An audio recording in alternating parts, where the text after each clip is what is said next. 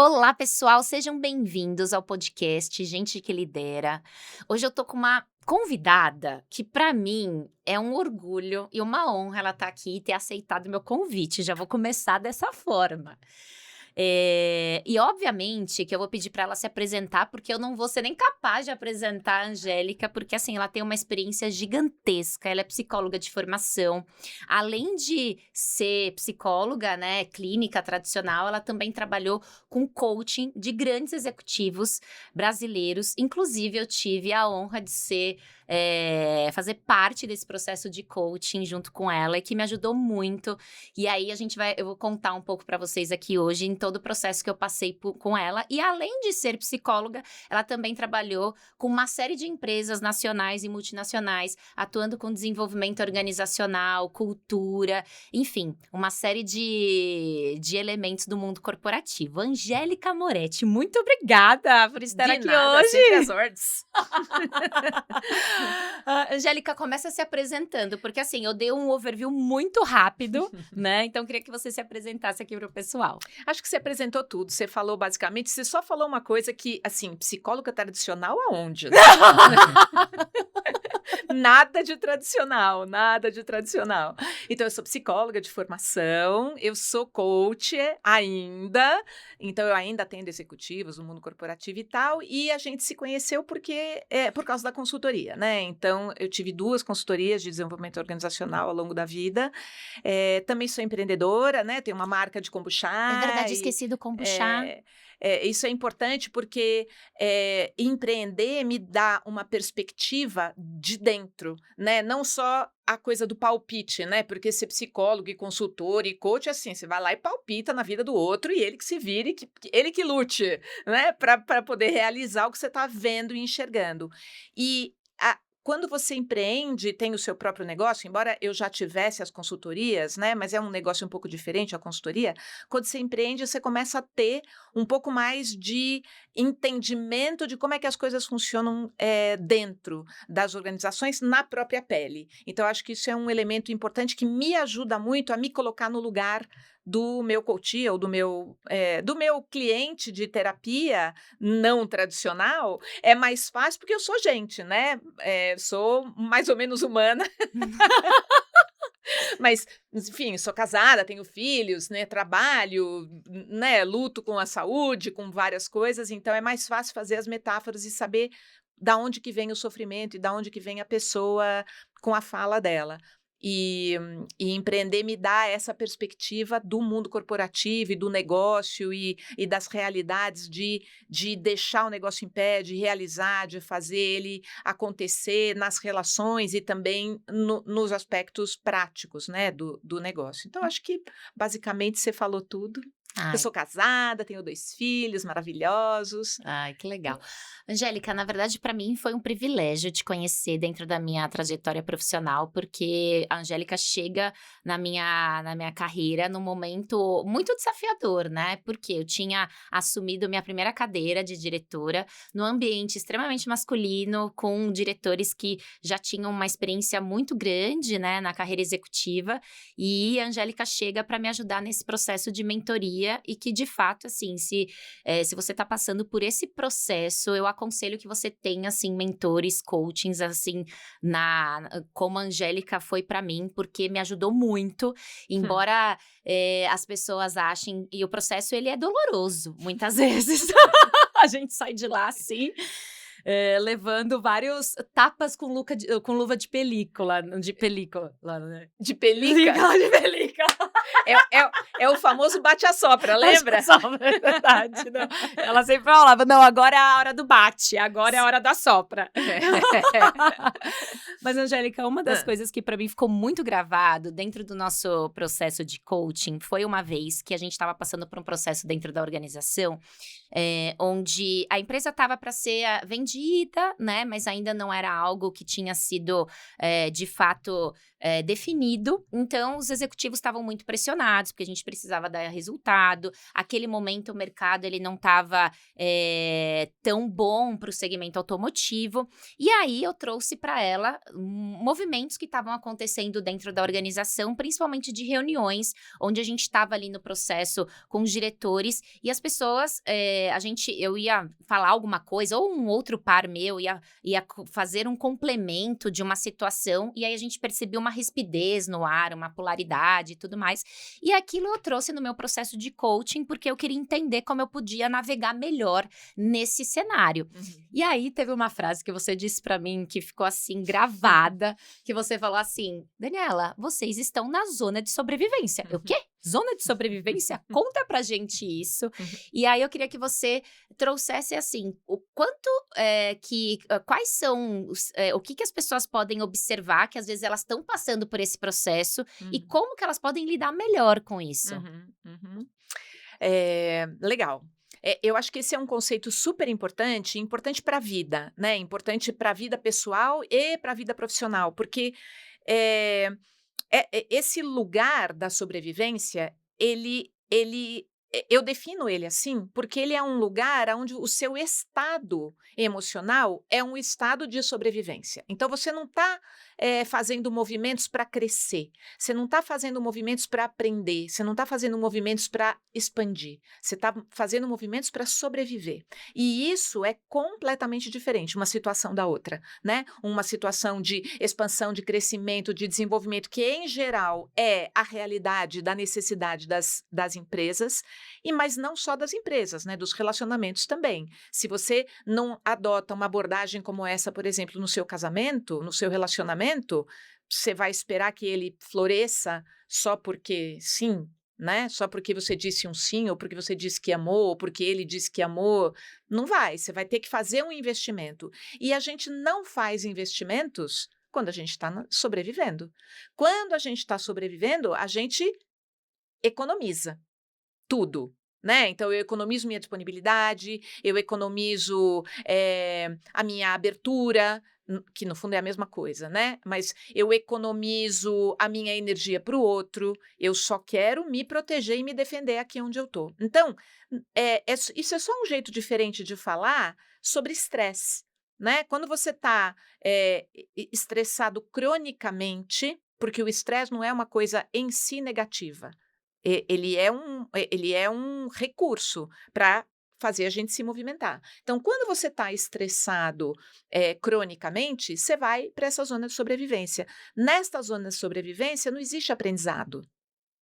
Só existe manutenção, assim, tipo, como é que eu me seguro aqui? Como é que eu mantenho essa realidade? Sobrevivência. Então, quando você chegar para uma pessoa para tentar trazer um alerta, uma contribuição, um acréscimo, né, do comportamento dela, ela está num estado receptivo? Não, ela está num estado defendido. Então, como que ela vai ouvir aquilo? Ela vai ouvir aquilo como uma contribuição ou ela vai ouvir aquilo como uma crítica, que ainda vai engrossar esse caldo do temor, né? Do medo, que faz ela ir para uma zona de sobrevivência. Então, em geral, ela vai para o lugar do temor e não vai ouvir a sua contribuição. E daí, dependendo da personalidade da pessoa, do momento, do dia, enfim, ou ela vai só se fechar mais, ou ela vai agredir de volta, porque ela está se sentindo agredida, ela não está sentindo que você está trazendo uma contribuição, ela está sentindo que você está piorando o estado dela de manutenção do lugar onde ela está, né? Então, não sei se fica claro. Não, para mim fica super claro, porque eu vivi isso e dava para perceber claramente que quando a contribuição era feita, a pessoa ela se fechava, e aí tinha muito que você falava, a pessoa tá no movimento de abertura ou de fechamento. Então, eu acho que também nas relações, se a gente puder observar e sentir, a gente acaba tendo ali um melhor manejo de como conduzir as situações, né? Porque é muito difícil quando você tá num ambiente assim, e aí eu queria que você trouxesse algumas dicas, assim, para as Uhum. pessoas. Uhum. Percebeu que tá nesse ambiente, Uhum. o que você sugere que a pessoa faça para que ela também não sofra tanto? Porque eu lembro que naquele momento, para mim, Uhum. era algo que não estava me fazendo bem, né? Uhum. E Uhum. aí eu lembro que você trouxe algumas sugestões para mim na época, então vou colocar aqui, traga umas sugestões pro pessoal. É um pouco difícil só porque as sugestões, em geral, que eu ofereço, elas estão relacionadas com o contexto, né? Então, eu nem lembro que sugestão que eu te dei, né? Mas eu vou falar conceitualmente, genericamente, espero que isso ajude, né? Que contribua, né, para vocês. Então, eu acho que o primeiro movimento é você olhar para como aquela situação que você quer transformar na pessoa e que você está oferecendo uma dica para ela. Então, vamos pegar um exemplo aqui só para ficar mais palpável, né? Vamos dizer que você está observando que se aquela pessoa fosse um pouco mais diretiva na comunicação dela, e numa reunião, por exemplo, de diretoria, né? Então, em vez de ela ir dar o contexto e blá blá e contar um monte de história e 400 mil slides para acompanhar e tal, ela fosse mais direta, ela teria mais resultado. Então, vamos dizer que você está observando isso, né? E você gostaria muito de dar essa contribuição para a Uhum, pessoa. uhum. O primeiro movimento que eu acho que é importante é você olhar para você e ver aonde este comportamento dela te incomoda. Aonde que ele te pega, aonde que ele te ameaça também, aonde que esse comportamento também faz você ir para a sua zona de sobrevivência. Porque no contexto organizacional, cada um depende do outro. É um monte de engrenagenzinhas, e daí, de repente, o cara enrola numa reunião, os outros não têm chance de falar, você é a diretora de RH, você não conseguiu conduzir isso direito, e aí o seu VP, o seu CEO vai reclamar com você, e aí a culpa é sua. Né? Então, por exemplo, né, eu estou tentando trazer uma concretude aqui na explicação, você primeiro observar aonde é que está a sua fragilidade, onde é que está o seu medo, aonde que aquela situação que você quer transformar afeta na sua segurança e também tem o potencial ou te coloca definitivamente num lugar de zona de sobrevivência. Mas na época foi exatamente isso que você me falou, Hum. para que eu observasse primeiro, o que eu estava sentindo, enfim, o comportamento do outro, para depois me colocar. Porque Uhum. muitas vezes aquele incômodo é um incômodo só seu, né? E que o outro. E tá tudo bem. Aham. Então, isso me ajudou muito, que foi partir do pressuposto do autoconhecimento. Porque à medida que você se conhece e entende o que é seu e o que é do outro, a coisa acaba acontecendo mais rápido e mais fácil, né? Sim, e isso não é assim um clichê, né? Isso é real, e isso acontece por quê? Porque daí você também não coloca na mesa questões que não são do outro resolver, são questões suas. Uhum, uhum. Você vai lidar com aquilo. Aquilo não é relevante, aquilo não precisa acontecer. E eu acho que teve uma outra situação que foi muito legal, que acho que é um ponto que dá para trazer aqui como um exemplo, que teve uma situação de uma par que trabalhava comigo e que na cabeça dela ela achava que eu não ajudava ela para que ela crescesse dentro da organização. E aí Uhum. você como coaching disse para ela: "Você já falou isso para ela?"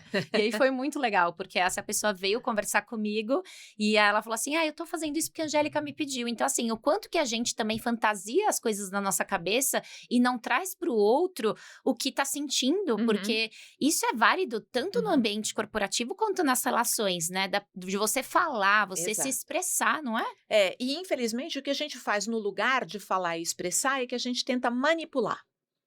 Boa. Esse que é o nó da questão. Porque você pode não ter consciência que o outro está tentando te manipular, mas você sabe. Então parece um pouco esquisito isso que eu estou falando, você não tem consciência, mas você sabe? Sabe. Você sabe que o outro está manipulando. Você sabe no seu corpo. Você começa, toda vez que você começa a colocar reticências no que a outra pessoa fala, começa a colocar barreiras no que a outra pessoa fala, começa a levar menos em consideração o que a outra pessoa fala, você está incomodado não necessariamente com o conteúdo, mas talvez com a forma. Então, voltando nessa coisa mais processual, né, de como lidar numa situação como essa, primeiro se observa aonde você está ameaçado. Segundo, observa o que você faz se aquilo é uma manipulação. Sabe quando você pergunta assim para a pessoa, mas você não acha que... Você já era melhor nem perguntar, né. Desse jeito, né, quando você fala assim, mas você não acha que... Você não acha que já é assim... Ela tem que achar, né. E muito provavelmente ela não acha, né, e você está tentando fazer ela achar disfarçado de pergunta. Sim. Né? Então, tentar prestar atenção nos movimentos manipulativos que a gente faz é muito importante, por quê? Porque quando eu vou manipular você, você vai se defender. E aí, isso não ajuda você a sair desse estado de sobrevivência, que não é um estado de abertura para um diálogo. Sim. Então, aqui tem uma sutileza, um detalhe muito importante, que é o seguinte: você se abrir para mim não significa você fazer o que eu quero que você faça. Claro que não. Né? Mas, em geral, é isso que coloca as pessoas no movimento de defesa. Porque quando a pessoa fala assim, não, mas se eu concordar, aí eu tô na mão da outra pessoa. Se eu concordar, ou a outra pessoa fala assim para mim, como eu posso te ajudar? Se eu disser como ela pode me ajudar, aí eu tô mostrando a minha vulnerabilidade. Então, a partir de um estado de zona de ameaça, de sobrevivência, não vou falar como é que como é que você pode me ajudar, entende? Então, nesta questão da manipulação, é muito importante eu não tentar convencer o outro. É importante eu, de fato, fazer perguntas. Essa parte das perguntas, ela é tão importante que isso virou uma chave no meu processo de desenvolvimento. Porque nessas sessões que eu tinha com a Angélica, ela sempre falava isso: pergunte. E quando você pergunta, o outro, ele vai trazer o incômodo dele. E muitas vezes você tá pensando coisas que não é o que de fato acontece, Isso. né? Então, assim, perguntas é muito importante. E isso era algo que você trabalhava muito forte comigo. E por isso que eu falei antes que não é a pergunta, você não acha? Porque não é qualquer pergunta. Né? É a pergunta que de fato está interessada em saber uma resposta, não é uma pergunta que está tentando induzir uma concordância comigo, porque o nome disso é manipulação. A pergunta nunca é, você não acha que? A pergunta é, o que você acha de? É completamente diferente. Porque, você não acha que? Você só está usando um ponto de interrogação, um formato de pergunta para fazer o seu ponto de vista, para trazer o seu ponto de vista para outra pessoa e ainda forçá-la indiretamente a concordar com você. Você não acha que? Agora, quando você pergunta o que é que você acha, pode vir qualquer coisa. Pode vir uma resposta cínica também. E isso só significa que a relação de vocês ainda não chegou nesse lugar da confiança, da troca, da possibilidade do outro sair do modo sobrevivência. Então, se vier uma resposta cínica, calma. A pessoa ainda está na zona de sobrevivência. Temos que fazer mais algumas coisas para ajudá-la a sair deste lugar. Já vou falar o que a gente pode fazer genericamente, né? Mas se a própria pergunta, especialmente se você não está acostumado a fazer esse tipo de pergunta para aquela pessoa nesta relação, ela já pode surpreender. E a pessoa pode dar um somebody love, mas testar. Ela vai falar alguma coisa assim, tipo, eu acho isso, curtinho. Depende de como você reagir, ela vai continuar se abrindo. Então, se ela falar, eu acho isso, e você falar assim, mas você não acha aquilo? Fechou de novo. Aí ela, por outro lado, se ela falar, eu acho isso, e esse isso, você discorda? Não discorde ainda. A pessoa falou, eu acho isso, e você falou assim, nossa, eu discordo muito disso. Pergunta de novo. Ah, me explica mais. E não assim, por quê? Por que que você acha isso, sua anta de bigode? Né? Tipo, Já destruiu toda a relação que você tá querendo construir. exatamente, exatamente. Então aqui tem uma premissa importante, você está querendo construir uma relação aonde a outra pessoa saia da zona de sobrevivência, pelo menos na relação com você. Às vezes, e em geral é isso que acontece, tem um contexto. Não é na relação com você que ela está na zona de sobrevivência. É na relação com o trabalho, é na relação com o momento da empresa, é na relação com o mundo, é na relação com a vida, é na relação com ela mesma. Mas o que você pode fazer de diferente é que você pode estabelecer com ela, pelo menos a sua relação com ela pode se sentir confortável e sair da zona de conforto e ter uma relação um pouco mais aberta, um pouco mais construtiva com você. Com certeza. E no mundo corporativo a gente não faz nada sozinho, né? É. Especialmente na área de recursos humanos, se você não tiver o apoio do CEO, do diretor comercial, do CFO, os seus projetos não vão evoluir. Exato. Então, independente da cadeira que você senta, isso é muito importante para que você tenha também uma boa relação com os teus pares. Uhum. E aí, esse também é um ponto importante que à medida que você foi falando também, eu queria trazer aqui, que é as relações de confiança, Uhum. que cada vez mais a gente percebe a dificuldade das pessoas em criar essas relações. Até saiu um estudo do Google que as equipes de alta performance que trazem os melhores resultados, qual é a característica que essa equipe tem? É a colaboração. E a colaboração, ela só vem através de confiança ali entre os pares, entre as pessoas que trabalham na empresa. Então, eu queria que você falasse um pouco disso, né? Como construir essas relações de confiança, especialmente no ambiente onde todo mundo está, né, lutando pela sobrevivência. E basicamente desconfiado, né? Exato. Para usar o mesmo termo, né? Então, eu tô na zona de sobrevivência porque eu tô desconfiado que alguém vai me comprometer aqui, para falar bonitinho. Adoro. Eu gosto de falar um pouco de romeno, mas eu vou me conter um pouco aqui. Então, assim, a hora que eu tô num lugar onde eu não confio, e basicamente, se a gente parar para pensar na nossa vida, aonde é o lugar que eu confio? Eu acredito que é dentro das nossas casas com a nossa família. E quando isso é real também, né? verdade. Porque às vezes nem ali, né? Então, Verdade. a gente tá muito, infelizmente, submetido a essa experiência da não confiança. E aí tem infelizmente, o mundo corporativo, para tentar facilitar um pouco a comunicação, ele vem com os jargões. Ah, vamos construir confiança. Tá bom. Cara pálida, o que é isso? E o que significa? E como que você faz isso e quanto tempo demora, né? Então, eu acho que tem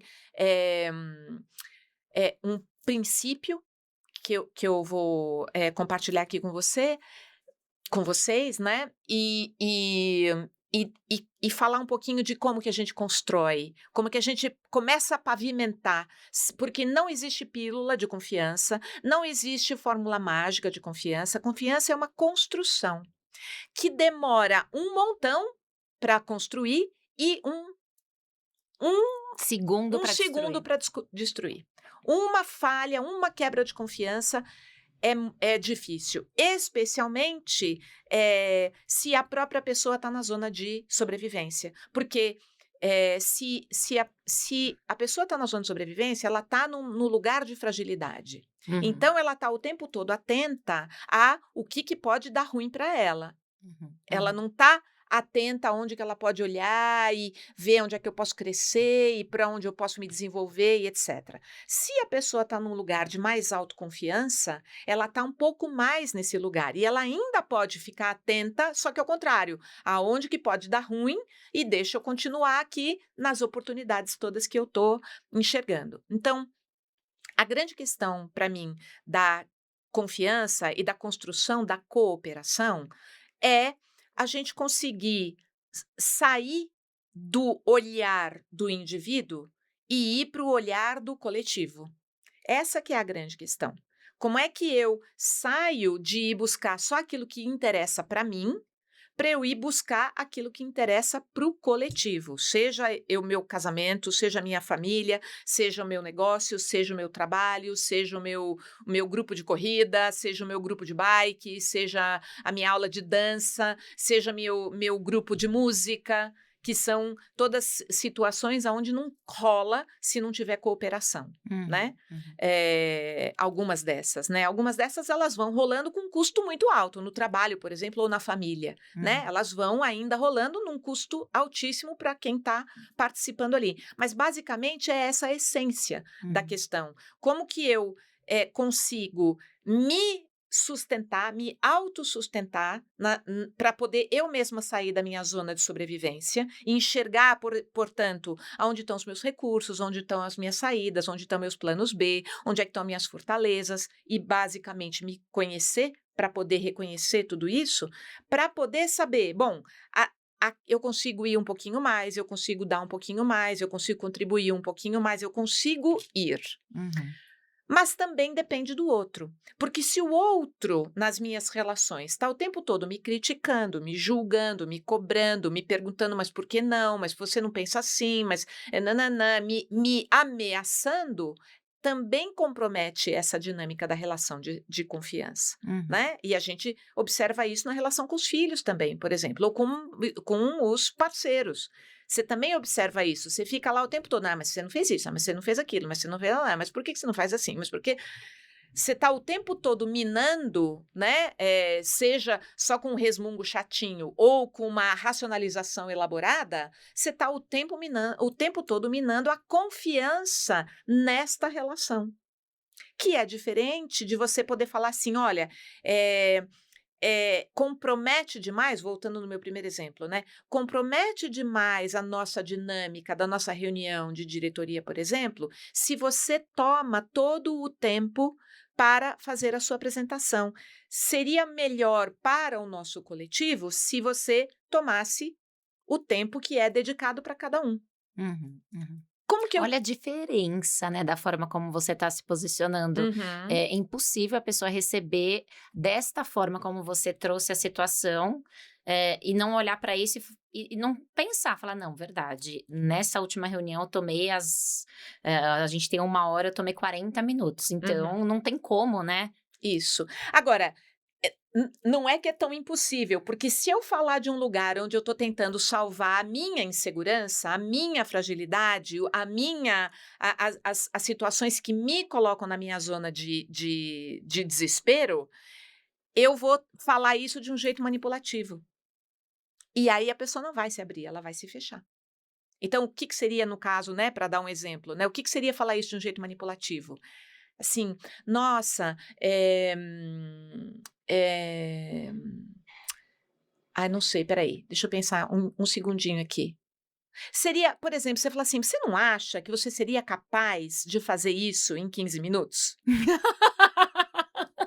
Olha a No manipulação! não, é como você falar pra pessoa que ela é uma besta quadrada, né, que ela não tem condição de fazer aquilo. Então, assim, a pessoa não vai receber de uma maneira agradável isso. Não, exato, e você está dizendo assim: "Você não acha que você é capaz de fazer?" Exato, você tá fazendo uma agressão, você está fazendo uma Sim. crítica disfarçada de um De um elogio, de pedido. um pedido. Meu, assim, vai dar ruim isso aí, Vai vai dar dar ruim, ruim. vai. Por outro lado, qual que é o primeiro passo de você construir a confiança? É você genuinamente, e aqui essa palavra é muito importante, genuinamente reconhecer o valor da outra pessoa. E começar por aí, mesmo que você não fale, porque pode parecer puxar o saco, pode parecer, né, ficar tentando manipular. Então, até às vezes não falar, mas genuinamente reconhecer. Sim. Entende? Então, voltando lá para o exemplo da pessoa que fala, faz 40 slides e toma 40 minutos do tempo, quando ela teria 15, né? Assim, bom, o que é genuinamente você reconhecer o valor daquela pessoa? puxa, aquela pessoa ela tá super comprometida, ela quer fazer mesmo o ponto dela, ela quer trazer a informação, Ela se preparou ela para se estar lá. preparou. E aí tem aquela outra vozinha que fala assim, ela quer cobrir o dela, ela quer se defender, ela quer, né? A gente sabe, a gente conhece as dinâmicas do mundo corporativo, né? Então Sim. fica uma vozinha ali que é essa vozinha que te impede de genuinamente reconhecer a força e o valor da outra pessoa, que é você ficar vendo todos os defeitos que estão fazendo aquela pessoa fazer aquilo, né? Ah, então ela quer se promover, ela quer aparecer, ela quer fazer o ponto dela, ela não quer deixar o tempo para o outro, ela quer garantir o dela, ela quer... Tudo isso que você está enxergando vai fazer você se relacionar com ela a partir deste lugar ou da manipulação, ou da agressão, ou do confronto, ou dessa perguntinha capciosa e doída. Mas se você genuinamente consegue olhar valor, reconhecer valor na outra pessoa, a sua fala vai vir de outro lugar.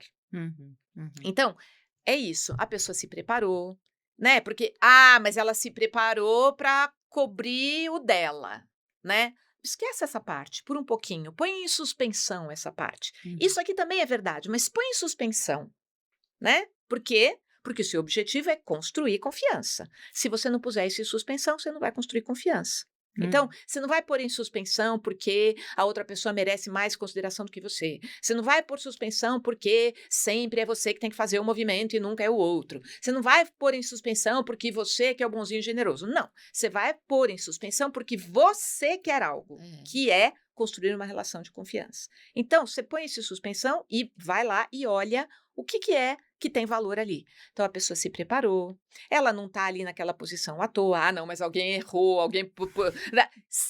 Esquece. Ela tá ali, não é à toa, a vida tá sempre certa. Essa é minha essa é uma frase frase. da Angélica que, gente, assim, acontece uma coisa, assim, catastrófica. Ela olha pra você e fala, a vida tá sempre certa. E é verdade, você vai fazer o quê? É. Sendo que esse foi um encaminhamento, né, do que aconteceu. Exato. Não é justo, mas tá certo.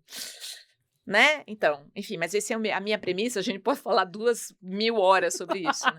Mas é isso, assim, genuinamente, o que tem valor ali? E a partir desse estado, você se relaciona com a pessoa. Então, quando você, a partir desse estado, disser para a pessoa, nossa, eu vi que você se preparou muito para essa nossa reunião. Pronto, fala isso e espera. Deixa a pessoa falar assim, é mesmo, eu me preparei e tal, e não sei o quê, e isso e aquilo, e passei noites. Nossa, você passou noites se preparando? Se surpreenda com o esforço da pessoa. Mesmo que ela tenha se preparado para cobrir as falhas dela ou para se promover. Não importa. Dá espaço para essa conversa acontecer de um outro lugar genuíno de admiração. Porque o objetivo ali é construir essa relação. E aí, E- fazendo uma metáfora para relacionamentos, casamentos e tudo mais, tem várias coisas que no outro você não gosta, mas que você tolera porque você quer mesmo construir aquela relação, Isso. né? E no mundo corporativo, eu acho que a gente tem menos tolerância Uhum. do que nas nossas relações pessoais. Pode ser. Eu nunca tinha pensado sobre isso, que a gente tem menos tolerância, né? Até porque essa relação do mundo corporativo ela é muito mais frágil do que a relação da pessoa com quem você escolheu ficar, por exemplo, né? Que teoricamente você escolheu ficar o resto da vida, né? Mas sim, pode ser. Você tem menos. Menos tolerância mesmo, porque você olha, fala, eu não escolhi a pessoa com quem eu vou trabalhar, então logo eu preciso vir aqui fazer o meu trabalho. Mas no final do dia, se não tiver essa colaboração, essas relações de confiança, e eu já passei por várias empresas e várias pares que trabalharam comigo, e eu percebo que quando a empresa estava num momento bom, claramente aquele corpo diretivo estava mais alinhado, estava mais coeso, né? Para mim isso é claro. E aí, não tô dizendo que, obviamente, que o mercado ele impacta, né? Porque às vezes tem questões do mercado que a gente não controla. E na verdade, na vida a gente controla muito pouco as coisas. Mas quando os resultados não estão indo tão bem, parece que aquilo também aflora um lado que não é legal nas pessoas. Sim, que é esse lugar da defesa, né? Exato. E é muito, muito legal isso. Agora, quando você tá, então, né, dando essa corda, né? Eu tô vendo que você se preparou e tal. A pergunta que pode estar no ar é assim, tá, mas como é que eu falo pra pessoa que ela não pode demorar 40 minutos? Né? Assim, até agora você só tá aqui na periferia do problema, Até né? agora você só falou que eu tenho que genuinamente estar num lugar de não julgamento. Me fala Isso como eu faço mesmo. praticamente. Isso. Então, você tem que estar no lugar genuinamente do não julgamento. E aí, como é que você finalmente fala para a pessoa que ela demorou demais e que ela precisava fazer em menos tempo, né? Primeiro, e eu sei que isso muita gente não vai gostar de ouvir isso, né? Mas você não dá feedback para quem não pede. Ou Essa doeu na alma. E também você não ajuda quem não quer ser que é ajudado. basicamente a mesma coisa, né? Então, exatamente isso. Você não é assim, não, vem aqui que eu vou te ajudar a fazer isso aqui melhor. Mas eu pedi, né? Se coloca você no lugar, né? Você não pediu ajuda de ninguém. E aí a pessoa assim, não, eu vou te ajudar a ter um jeito melhor de fazer. Assim, né? Às vezes você vai encontrar uma boa alma que vai falar assim, que bom, maravilhoso, tudo que eu quero é aprender um jeito diferente e melhor de fazer isso. Mas na grande maioria das vezes, a pessoa não pediu, você não vai dar. Mas você pode perguntar se você pode dar, né? Ou você está numa posição que é seu papel dar feedback, né? Sim. Ou orientar. Então, vamos dizer o seguinte: você é responsável pela organização da reunião. Então, neste papel de responsável pela organização da reunião, de garantir que todo mundo tenha voz, de garantir que todo mundo tenha tempo para falar, neste papel você pode falar para a pessoa, só que você lembra ela antes que você está falando a partir desse papel, que não é uma opinião pessoal. Então, você foi lá genuinamente, ouviu ela contar que ela passou 3 noites preparando e tal, genuinamente nesse lugar de admiração do esforço dela, do movimento dela, e não aquela vozinha falando assim, você que você. Suspende isso. Suspender não significa que isso não é verdade, que isso também não está acontecendo. É só que isso não vai tomar a frente na sua interação com a pessoa, né? Uhum. Então, você conseguiu olhar genuinamente e tal. E aí, a pessoa explicou, e aí você fala assim, olha, então, eu sou responsável pela organização desta reunião. Acho que você tem um material muito importante para trazer, para contribuir, mas as outras pessoas também têm materiais importantes para trazer e para contribuir. Então, eu queria te perguntar se você gostaria de alguma ajuda para conseguir fazer este material acontecer em 15 minutos. Por exemplo, é Maravilhoso. um jeito de trazer sem dizer assim: "Ai, nossa, você enrola demais, você só está preocupado com você". E é um jeito, só que não é manipulativo. Por quê? Porque está partindo da admiração real. Então, E também acho que tem um propósito muito bem definido, que isso, é, fazer com que aquele cronograma aconteça e que várias pessoas isso, precisam ali interagir, mostrar o que está sendo feito e tudo isso. mais. Agora, se você não tem este papel que te autoriza, né? Então você não é a pessoa responsável pela organização da reunião, você não é o líder direto daquela pessoa, você é só um par que está incomodado, você também pode falar. Mas você não vai falar do lugar apenas incomodado, você também vai falar do lugar de admiração. Só que, quando você for falar para a pessoa, você vai falar assim: eu queria compartilhar uma coisa que para mim me incomodou. Tudo bem para você? Você espera a pessoa te autorizar, porque pode ser que ela fale assim: não, eu não quero saber de sua dor. Não quero Uhum. saber do seu incômodo. Eu tô aqui, ema, cada um com seus problemas. Que pode acontecer, né? Lógico, porque a gente não tem esse cuidado, a gente não tem esse respeito. Imagina que É. alguém chega para você e fala assim: você está me incomodando com o seu jeito de mastigar.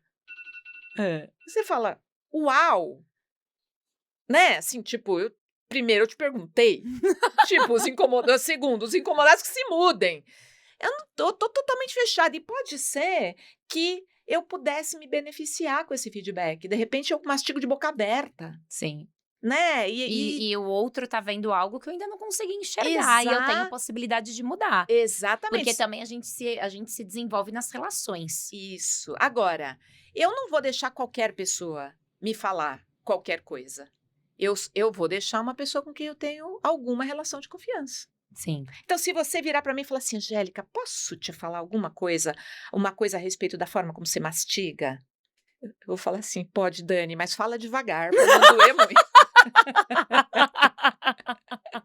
Mas porque a gente já tem uma relação com certeza. de confiança. Daí, na nossa relação, a gente nem precisa falar. Posso te falar? Você já fala, né? Exatamente. Já sai falando, né? Exatamente. Há relações assim, né? E Exato. que delícia que essas relações existem, Exato. né? Agora, essas não são a maioria das nossas relações, Não. né? A maioria das nossas relações a gente tá o tempo todo se armando de estratégias para evitar o julgamento do outro. Então, basicamente, estamos todos neste lugar de sobrevivência, O né? tempo inteiro. O tempo inteiro. Por isso que a gente precisa se nutrir, se alimentar, se fortalecer, um clichêzão, se amar, se conhecer, né? Para eu poder não ficar tão refém, Uhum, né? uhum. Agora, de novo, é isso, né? Assim, eu tenho uma pessoa que eu não tenho uma relação de confiança tão grande. Eu vou primeiro perguntar para ela se eu posso falar Uhum. alguma coisa a respeito de alguma coisa. Uhum. Ô, Angélica, como a gente está caminhando para o final, eu Uhum. queria. Isso sempre foi muito importante para mim, e obviamente que eu tenho certeza que você também acredita nisso, da importância da gente se autoconhecer. Uhum. Isso nas relações, isso não vai nos ajudar também no mundo corporativo e tudo mais. Então, você com tanta experiência, mentorando executivos, e gente, graças a Deus que eu tive o privilégio de ser mentorada por ela, e também atendendo as pessoas na clínica, não de forma tradicional. Já resolvemos esse assunto. Já aprendi, viu? Para vocês verem como a nossa relação funciona. Traz para o pessoal o que as pessoas podem fazer olhando para isso, para o autodesenvolvimento. Além da terapia, obviamente, porque a minha terapia tá lá toda semana, porque para mim é importante. Ali é onde eu consigo elaborar coisas que na correria do dia a dia eu não consegui parar para ver, para entender se esse é o melhor caminho de fazer e tudo mais. Eu falo lá no meu podcast, né, que não vem com perguntinha assim, 3 dicas para, 5 dicas, que não tem, é ralado mesmo, né? Mas eu vou te dar uma colher de chá. Ai, obrigada. Não só para mim, mas para todo mundo que tá aqui assistindo.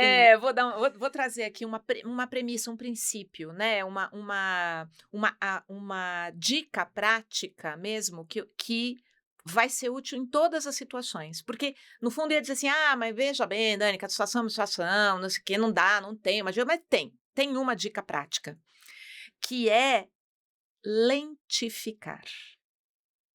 E como a gente lentifica nesse mundo tão acelerado? A gente não reage, porque a reatividade é a marca da criança. A criança reage. A reatividade é um comportamento classicamente infantil.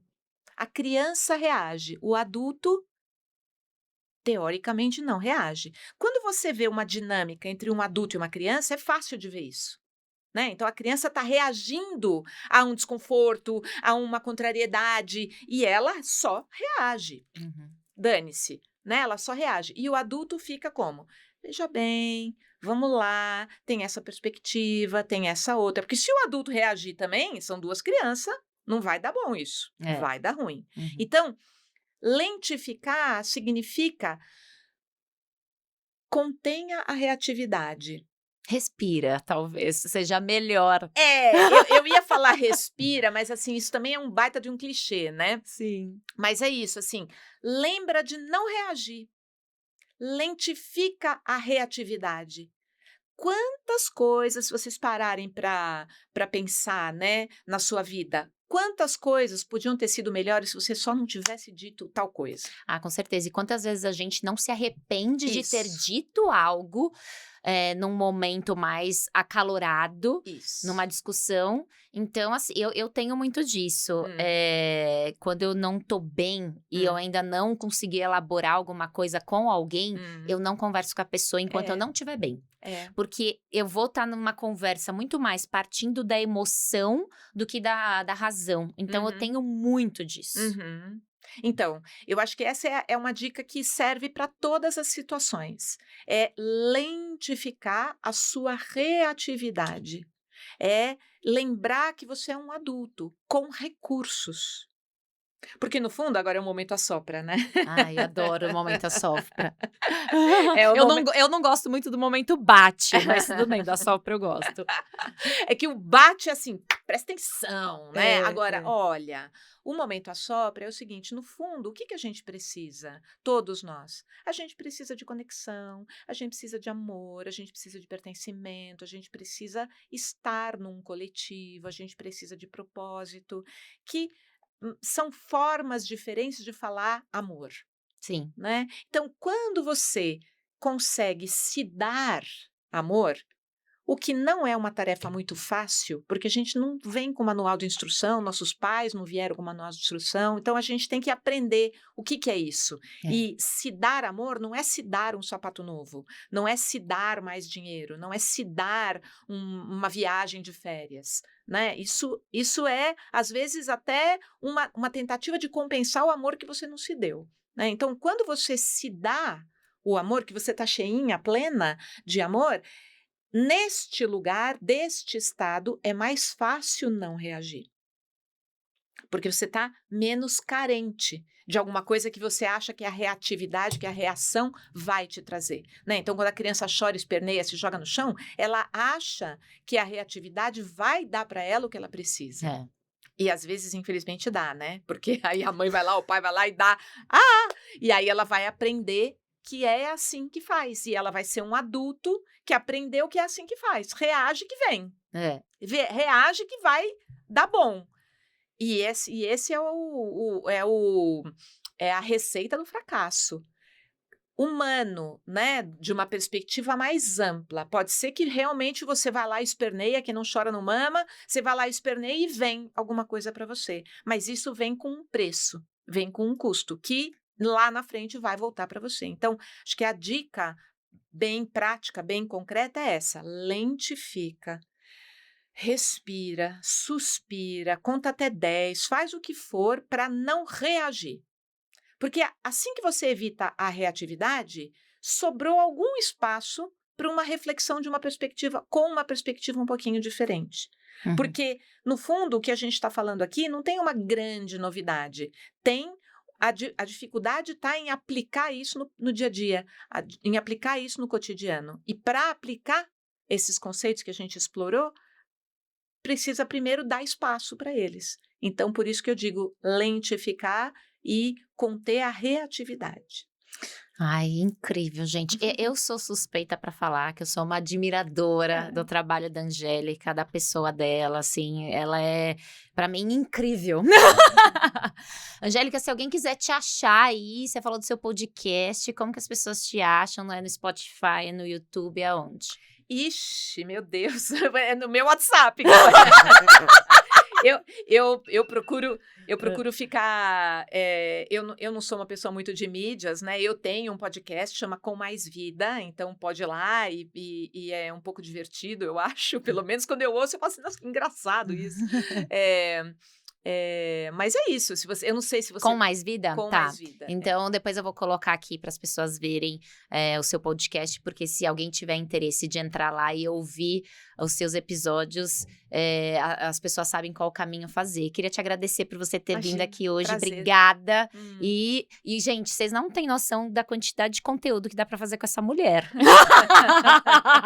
Esse vai ser o primeiro de muitos. Obrigada, Angélica. Tá bom, de nada. Imagina, um beijo para você. Beijo, tchau.